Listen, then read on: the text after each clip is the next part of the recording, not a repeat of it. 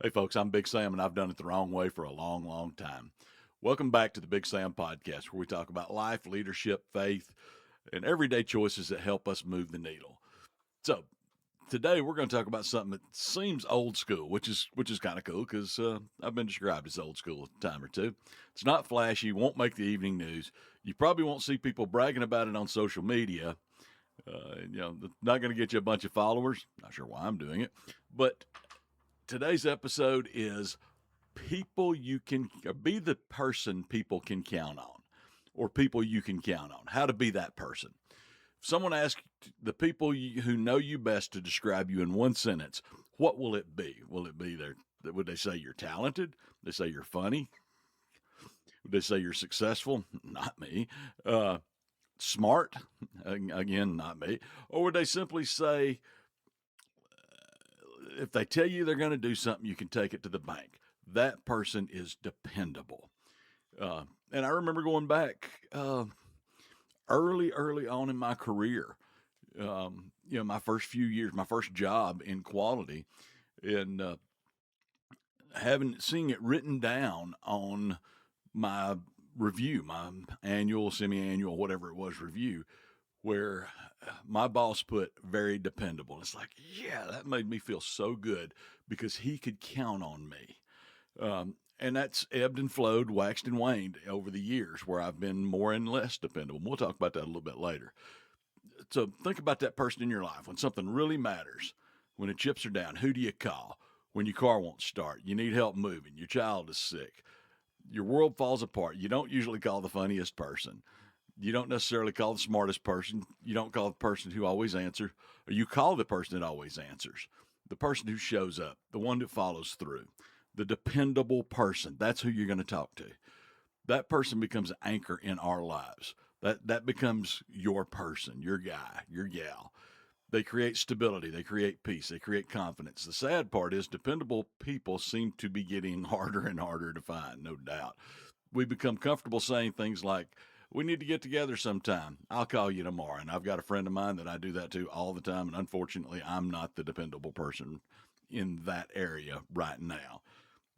You know who you are. If you're watching this, I apologize. We need to get together. I'll pray for you. I'll take care of it. Sometimes we mean it, sometimes we don't. But every broken promise chips away at trust. Uh, and I'm going to go back a few years where I'd promised my uncle that I was going to do something for him, and just life got in the way.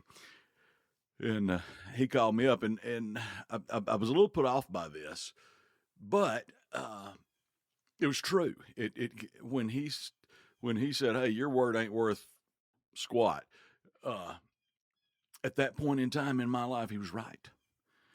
At first, it made me mad because I was volunteering to do something for him, but then I took it to heart, and I learned from it.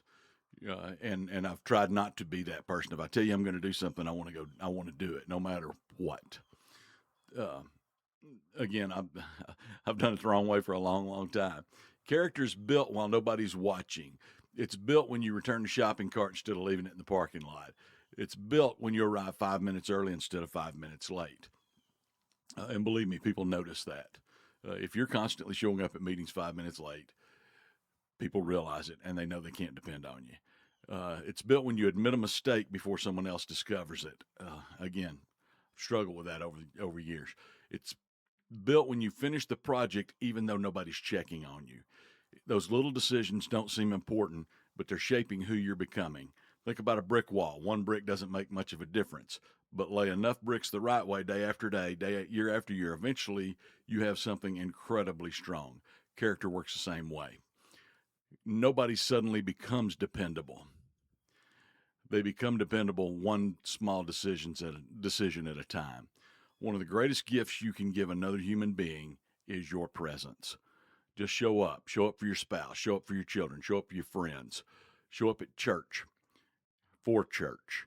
Show up for work. People remember who was there. When Hannah died, I learned something I'll never forget.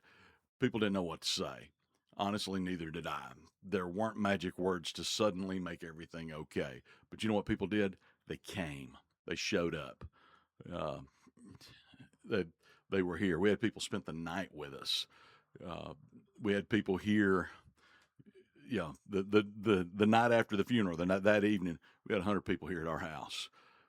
Uh, they they just showed up, and after that, people called, people text, people give me a call wherever we were.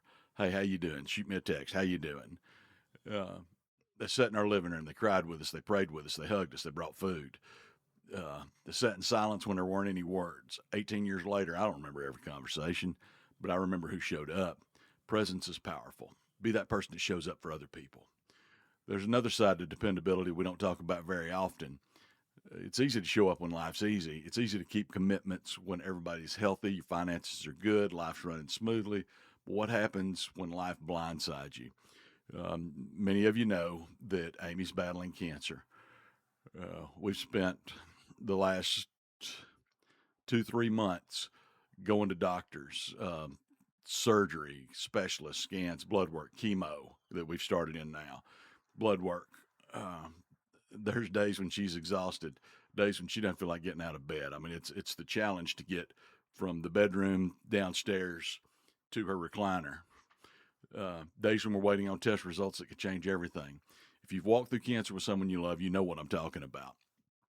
Life doesn't stop because you're hurting. The bills still come, grass still grows, people still need you, work still has deadlines, church still has people who needs encouragement. My team, folks around me need encouragement. Still have a day job. Been mornings over the past few months, I didn't feel like writing or recording this podcast. Didn't feel like writing the things that I write. Didn't feel like leading. Uh, didn't feel like doing much of anything a lot of days. Where all I just want to do is sit in a chair and spend time with Amy. Uh, but I've learned something in this season. Dependability isn't giving 100% every day. Most days I don't have 100% to give. Some days all I've got is 30%. But faithfulness means giving that 30% that you've got. We'll say that again. Most days through this season of life, I don't have 100%. I'm not running at 100% of the energy that Big Sam normally runs at. I'm just not. Whatever that percentage is, that's what I've got to give. That's what I've got to give to my group, which fortunately I've got people that have stepped up. My buddy Carl is stepped up and working that, but there's still things I need to do there. There's things that I need to do for some of the grief stuff that I'm doing. There's things I've got to do for my real job, and they've given me an immense, unbelievable amount of grace. But I've still got to show up, and I've still got to work while I'm able and give everything I've got to give there. There's days, I've got to give everything I've got to give this, for this podcast. So it drops once a week. Got to write the scripts, got to edit the scripts, got to sit here in this studio. Those are things I can do. And don't get me wrong, there's been people that have stepped up immensely, and we'll talk about that in a minute, or we'll talk about it now. Yesterday, I went and did the first balloon gig that I've done in several months, because that was one of the things that I was able to hand off to other people, friends. My daughter, the wonderfully talented Bonnie Balloon, took most of my gigs on herself, but due to a little bit of scheduling conflict, I went and worked a gig yesterday. When I got home from that yesterday afternoon, it's on a Saturday. My grass was cut, looked better than I could do with it. My buddy Will went over and above cutting my grass, getting my yard looking good. And then when I got in the house, my son-in-law Jesse had cleaned the kitchen, and that was a task that I had to do. It was on my checklist. When I got home, I needed to clean the kitchen, and the kitchen was done better than what I normally do it. So incredible. So people that step up. So where am I on that? Give what you can give, no matter what. That's faithfulness. Don't compare yourself to yesterday. I look back and go, hey, a year ago I was running pretty hard, doing pretty good. Can't do it right now. Don't pretend everything's okay. Quite frankly, it's not. just take the next step. God never asked us to be superheroes. He simply asked us to be faithful. And guess what, folks? Not only did he not ask us to be superheroes, he didn't ask us to act like we're superheroes. Remember that. That's honesty. We'll talk about that in another episode. Wants us to be faithful, wants us to give what we got into our calling. Sometimes showing up is the greatest act of leadership you'll perform all day. And I'm thankful for the people that have stepped up and put in the other 70% that I couldn't give, or sometimes it's been 95% that I couldn't give. Uh, Keep your word. And this goes back what I was talking about earlier with my uncle. We've been far too casual with our commitments. I'll help. I'll be there. I'll call. I'll take care of it. They sound like small statements. They're not. Every promise you make is an opportunity to either build trust or lose it. I like to think trust is a bank account. Every time you keep your word, you make a deposit. Every time you break your word, you make a withdrawal. Eventually, people know whether your account is full or it's overdrawn. Now, let me say something important. Keeping your word doesn't mean life never gets in the way. Things happen. Emergencies happen. Cancer happens. Loss happens. Plans change. But dependable people communicate. Had a serve project a few months ago. One of my buddies like, yeah, I'll be there. And I was looking forward, one, because he's a doer. He's a guy that you want on your serve team. Two, because I wanted to hang out with him. He's a great guy. Day or two before, I get a text, hey man, I've been fighting this cold, had pneumonia for 2 weeks. I wanted to be able to be there, just can't. Okay, no problem. He let me know ahead of time. It wasn't like the day of the project I'm looking going, ooh, where's my buddy? No, he communicated I couldn't do it. Back to what we're going through, and I know this is a business relationship, but the fact that I couldn't do some gigs, and we've not left anybody hanging. I've got a good network of other talented people. So communicate early. Hey y'all, I've got this thing I'm dealing with. My wife's battling some health issues. So let me send you somebody else who's equally as talented. Now, I want to believe nobody's equally as talented as me, but no, it's true. I'm sending people out that are equally as talented, very, very good balloon twisters, extremely adequate for the events. But I'm telling the planners, the clients, way early in advance, hey, I can't do this because, and they're all good with it. And that is dependability. So don't disappear. Don't ghost people just because you can't get it done. Don't be the plumber that, yeah, I'll be there, and you don't see him for 2 weeks. You get the idea. And again, I've struggled with that in the past. Explain, apologize if you can't. People are usually very forgiving. What they struggle with is being forgotten. If you tell somebody you're going to do something, do everything in your power to do it. If you can't, tell them. Now, figure out how to do it if you can. All right. Consistency beats talent. Worked in manufacturing for over 30 years. Most of those years have been in management. Over those years, I've had the opportunity to work with some incredibly talented people who could solve problems faster than anyone else, people who could run machines like artists, people could walk into a situation and know exactly what's wrong. Talent is impressive, but I've also learned something. Talent isn't what keeps a company running. Dependability does. If I had to choose between two employees, one who is unbelievably talented but couldn't be counted on, or someone with average skills who shows up every day, worked hard, admitted his mistakes, did exactly what he said he was going to do, I'll take the dependable person every time. And I won't call names to protect, in order to protect the guilty. But I had two individuals that were in similar roles that I worked with. One of them extremely talented. One of them pretty talented, not as much as the other guy. One of the guys was A plus, Mensa level genius. The other guy was pretty smart, but would just bust his tail. Work together with you. If there was a problem, he'd let you know. If you had a question, you could take it to him and get a straight answer. Guess which one I'd rather work with? Yeah, that's right. The guy with a little bit less talent, but could always get it done. A sports analogy. Do you want the guy that's got all the natural gifting, or do you want the guy that's at the gym every day getting after it? Uh, why? Why will you take that guy? I can teach skills. I can teach somebody how to inspect parts. I can teach somebody how to read a blueprint. I can teach somebody how to operate equipment. Uh, it's a whole lot harder to teach somebody to care. It's hard to teach integrity. It's hard to teach somebody to keep their word. Talent may get you hired, but dependability will get you promoted. By the way, the two guys, and again, won't name names. Uh, those two guys, one of them doesn't work for the company anymore. One of them is in a management role now. You figure out which one's which. Dependability gets you promoted. People trust consistency far more than they trust raw ability. Think about professional sports. Every team has incredibly gifted athletes. I got ahead of my notes there, didn't I? Coaches love the players they don't have to worry about. First one to practice, last one to leave.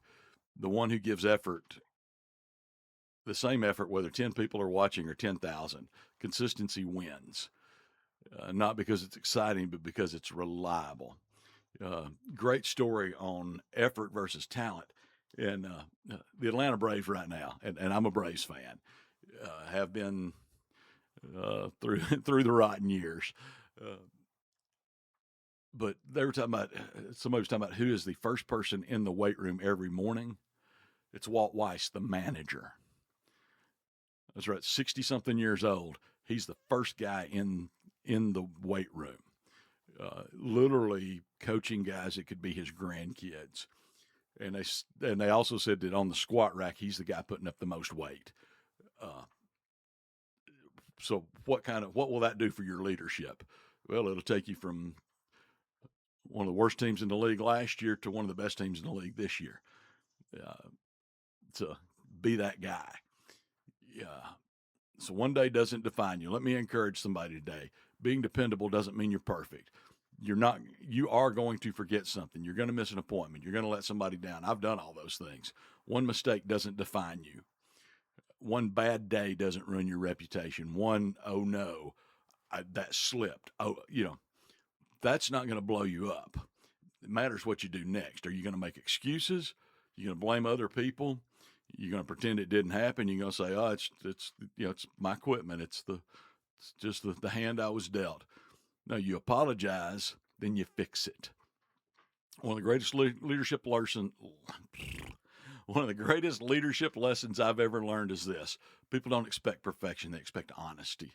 They expect hard work. If I make a mistake at work, I'd rather tell somebody immediately. I'll be the first guy to go tell the boss. That's on me. I'd rather do that than hope nobody notices. And I haven't always been that guy. I failed at that for years. Uh, and to be honest, I used to make excuses or play it off or hope somebody didn't notice. And I did that for a long time, and I learned that lesson the hard way. The owner of the company asked me a question about what went wrong, and I told him an excuse. I told him, pretty much I told him a lie. And this was 20, 25 years ago. And he already knew the truth, and he called me on it and expressed some extreme displeasure, and I'll leave it at that. And that got me to thinking about how that's supposed to work. And from then on, I've tried to be the person that led with the truth, that owned up to the problems. Again, failed at it sometimes. Way better in my old age than I was back then. Hopefully, I'm getting better than that. That's why I'm teaching this. Remember, I'm teaching y'all stuff today that I learned yesterday. So, the truth almost always comes out. Integrity means telling the truth before you're forced to. That's another way that trust grows. So your reputation isn't built on one heroic moment. It's built in ordinary Tuesdays, built in traffic, it's built in meetings, it's built in the grocery store, and it can be ruined in the grocery store. It's built when nobody's applauding, when people are quietly deciding who you are every single day. Not because they're judging you, not because they're learning whether they can trust you. When your name's, it is because they're learning whether they can trust you. When your name comes up in conversation, what comes to mind? Do people think he'll get it done? She's always encouraging. You don't have to worry about them. Or do they think, I hope somebody follows up. I hope they remembered that. They mean well. They mean well, but they ain't getting it done. Your reputation is simply the accumulation of thousands of ordinary decisions. Let me say that again. Your reputation is simply the accumulation of thousands of ordinary decisions. If you don't like your reputation, start changing it today. One decision at a time. Can I say something that's going to step on some toes here, folks? Sometimes we're dependable everywhere except at home. We stay late for work. We answer emails immediately. We do the things, the job that we're supposed to get done. We never miss an important meeting, but we'll forget what we promised to do for our spouse. We tell our kids maybe later, then later never comes. Leadership starts at home. If your family can't count on you, your success everywhere doesn't mean much. I'm certainly not perfect. I have made some bad decisions in that regard. Uh, the wonderfully talented Bonnie Balloon can tell you that. Miss Amy can tell you where I've let them down. Amy would laugh if I stood here and claimed that I was perfect. Over 30 years of marriage, I've learned something. Love isn't just a feeling. Love is showing up. It's taking out the trash when we're tired. It's taking your wife to chemo treatments. It's holding her hand when they're scared. And you're scared too. It's praying together when neither of you knows what's coming next. It's choosing to stay 30 years, some odd years. And to be honest, we're in the best years we've had. It's great. Anybody can love when life's easy. Dependability shows up when life gets hard. I don't know what the next few months or years are going to look like for me and Amy. I wish I did, but I know this: I'm going to keep showing up. She stood by me for 30 something years and let me do what I do. I'm going to stand by her too. Guaranteed it. Uh, One day at a time. Honestly, that's all God asks from any of us. So your coworkers need to know what they're getting when you walk through the door. Not perfection, but consistency. Do you solve problems or create them? We talked about that a week or two ago. Do you accept responsibility or do you look for somebody else to blame? Do you make the people around you better or do you make them more stressed? I've noticed something over the years. Managers sleep better when dependable people are on the schedule. When you've asked somebody to do something, and I had a guy one time, I don't even remember what the task was, and I asked him, uh, take care of this task for me. And a few minutes later, hour, whatever, I had not followed up to see if it had been done, but another supervisor, another manager came up to me and asked, hey, did that thing get done? And I looked him in the eye and I said, yes, it did. And I'm going to tell you it did because I asked this guy to do it. And then the guy came walking by and I said, hey, Brian, did you get that thing done? He goes, yeah, did it right when you asked me to. And I knew that already. So,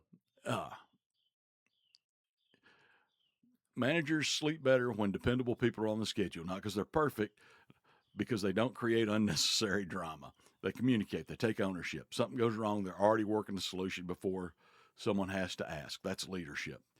You don't need a title to lead. You simply need to become someone people trust. Church. Churches don't survive because of gifted people. They survive because of faithful people. The person making the coffee, the nursery volunteer, the greeter standing at the front door, the person running around, the one stacking chairs after everybody else goes home. Most people won't even know their names, but heaven knows. Jesus never said, and that's kind of cool. And we'll go with people stacking chairs, the people setting up chairs. And I attend Church of the Highlands, Oxford campus, which for the past 8 years, something like that, has been a portable campus. Sets up, takes down every Sunday and first Wednesdays, whatever the time. In the next couple months, we get to move into a permanent building. But what you don't see when you show up at church is somebody got out of bed early, showed up at the building, and set stuff up. Those are dependable people. Uh, you don't see them, but you'd know it if they didn't do it. Jesus never said, "Well done, good and talented servant." He said, "Well done, good and faithful servant."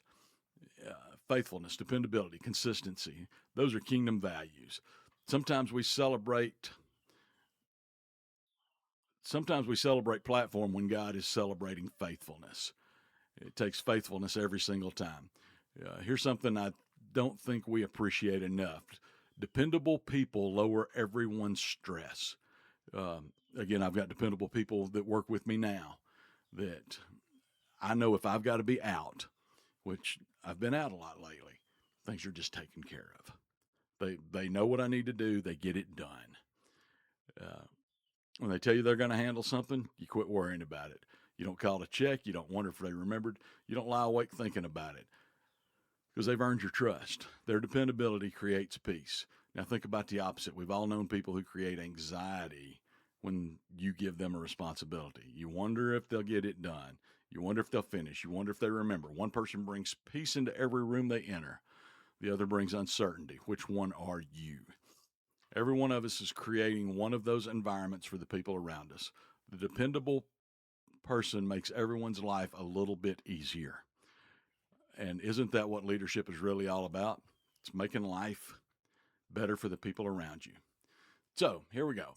I'm going to give you 5 practical ways to become more dependable. And this is where the rubber meets the word, folks. Number 1, protect your yes. One of the reasons people become unreliable is because they promise too much. You don't want to say no. You don't want to disappoint anyone. So they say yes to everything. Uh, Sometimes the most dependable thing you can say is no, not because you don't care, because you do. And sometimes, especially like if one person's giving you multiple tasks, you can go, okay, plate's full. I cannot do all the things you're asking me to do. What do you want me to do? Which of these tasks is more important to you? And they'll tell you. And you whittle down that list, then you can be dependable. And once you get that list done, you get another list. It's not because you don't care, because you do. If you tell yes, if I tell you yes, I want you to know it's going to happen. Don't hand out promises you can't keep. Number 2, write it down.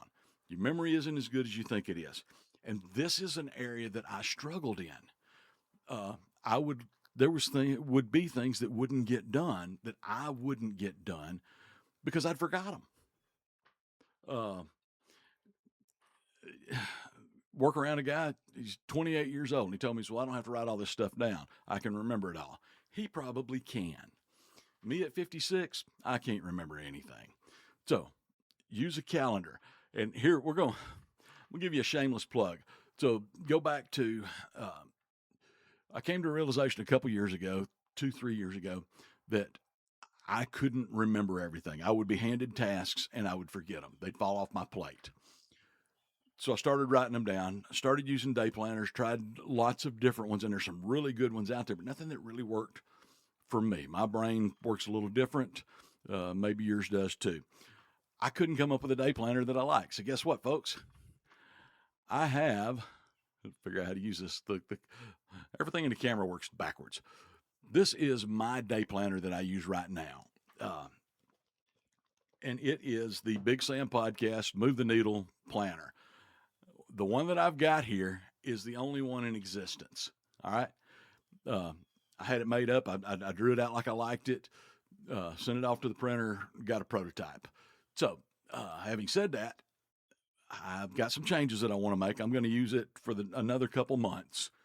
Make those changes, send it off to the printer, and it will be available online on market, and I'll send that out uh, for January 1 of 27. So yeah, if you're old school like me and you still like using a paper planner, then come on, we got you one. So uh, use your calendar, write notes, set reminders. Uh, I've got my calendar on my phone for all my gigs. For if I've got a meeting, it's on my phone. Set reminders, set alarms. I do it all the time. Successful people don't trust their memories. They build systems. Have things that help you out with that. Don't wait till after you've missed the deadline. Don't wait till everyone's wondering where you are. If something changes, tell people. Communicate early. Number 4, finish what you start.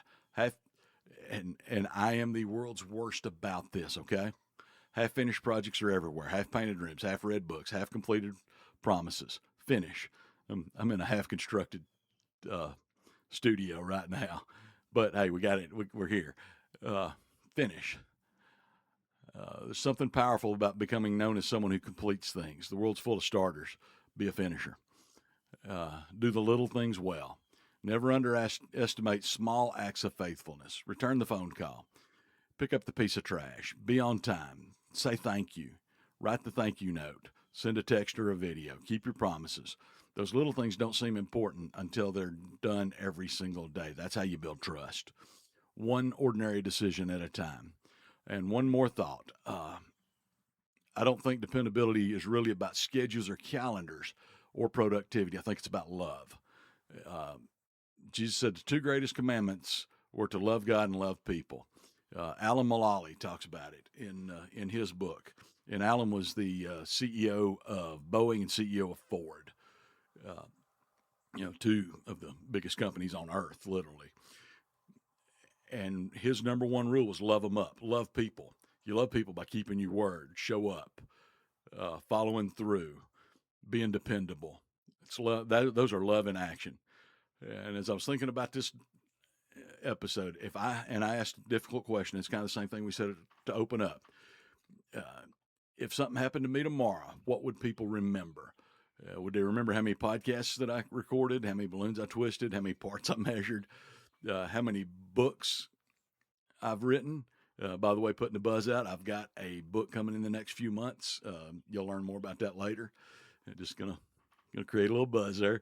Yeah, and that's one going back a couple paragraphs there. I've got to finish it. I've got it finished. I've got it in edit mode. Should be going to the publisher in the next month or so. So, will they want say those things about me? Maybe, maybe not. I hope they say something much simpler. I can always count on Sam. To me, that's a life well lived. One day, somebody else will have my job. Somebody will own my truck. Somebody will sit at my desk. Most of what I've accumulated won't matter. But the way I treated people, the promises kept, the times I showed up, those things leave a mark. Think about Hannah. One of the things I most isn't some big event. It's the little things. It's the ordinary moments, conversations we didn't get to have, birthdays, graduations, the wedding that we didn't get to have, grandchildren I never get to hold. Life taught me 18 years ago, tomorrow's not guaranteed. Amy's cancer has reminded me that all over again. None of us know how much time we've been given. We assume we'll have another chance, another conversation, another holiday, another I love you.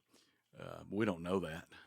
That's why dependability matters so much. Every promise you keep to someone says you matter. Every time you show up, you say you're important to me. Every act of faithfulness says I'm here. And isn't that what God wants for us? Isn't that what he wants from us? Isn't that what he's done for us? Think about it. Every promise he's ever made, he's kept. And I can attest to that. Through good times and bad, he's never let me down. Every time we called on him, he's been there. He's never once abandoned us. Never. If we're going to be more like Christ, maybe one of the greatest compliments we could ever receive is, you remind me of Jesus because I can count on you. What a legacy. It's not rich, not famous, not powerful, not faithful, just dependable. So just be the kind of person who quietly makes everyone's life a little bit better. Be dependable. So here's my challenge for you to this week. Don't try to change your whole life. Just keep one promise you've been putting off. Make one phone call you've been avoiding. Show up for one person who needs you. Do one thing you said you were going to do. That's how character's built. One promise, one decision, one ordinary day at a time. Thanks for spending a little bit of time with me. If this episode encouraged you, share it with somebody who needs it. Share it with somebody who's been that dependable person in your life and let them know. If you're listening and you realized I haven't been that person, don't be discouraged. You can start today. You don't have to stay who you've been. Starting today, you can become the person people count on, because that's how we move the needle. I'm Big Sam. Thanks for listening. Thanks for watching. If this is working for you, if this is helping you, Share it out on your socials. Send it to a friend. Text it to people. Keep spreading the word. And I'll see you next time on the Big Sam Podcast.